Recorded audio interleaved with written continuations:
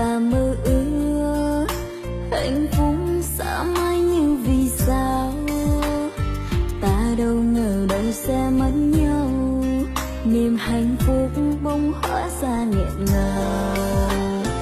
Cùng đến một ngày làm ta phải hiểu ra ai tốt với ta hơn chính bản thân mình. Chán chê cuộc tình rồi cũng sẽ thốt ra những lời cay đắng không thể nào thứ tha.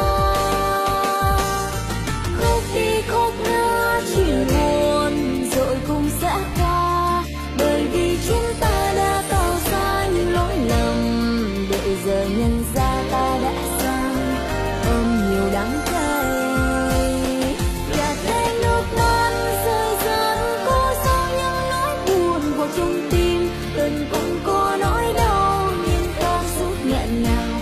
Giờ đến khi hiểu ra rằng không thể thứ tha cho một người làm ta bị tổn thương.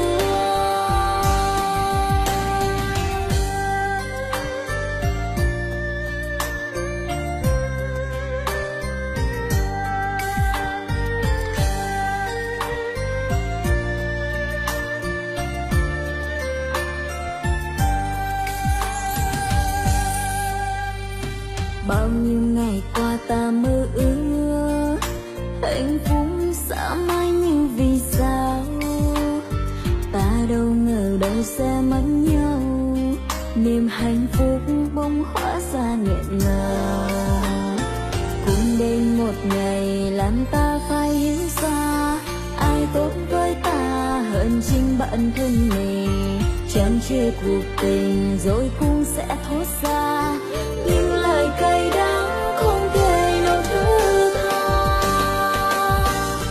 Khóc đi khóc nữa chuyện buồn rồi cũng sẽ qua, bởi vì chúng ta đã tạo ra những lỗi lầm để giờ nhận ra ta đã sai ôm nhiều đắng cay.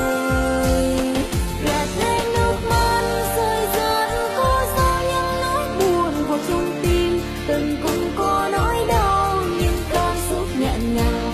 Giờ đến khi hiểu ra rằng không thể thứ tha cho một người làm ta bị tổn thương.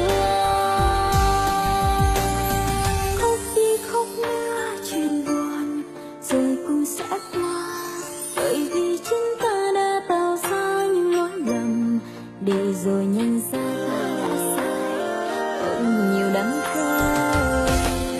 Gạt hết nước mắt rơi ra hóa ra những nỗi buồn vào trong tim, tận cùng có nỗi đau nhưng cảm xúc nghẹn ngào. Giờ đây khi hiểu ra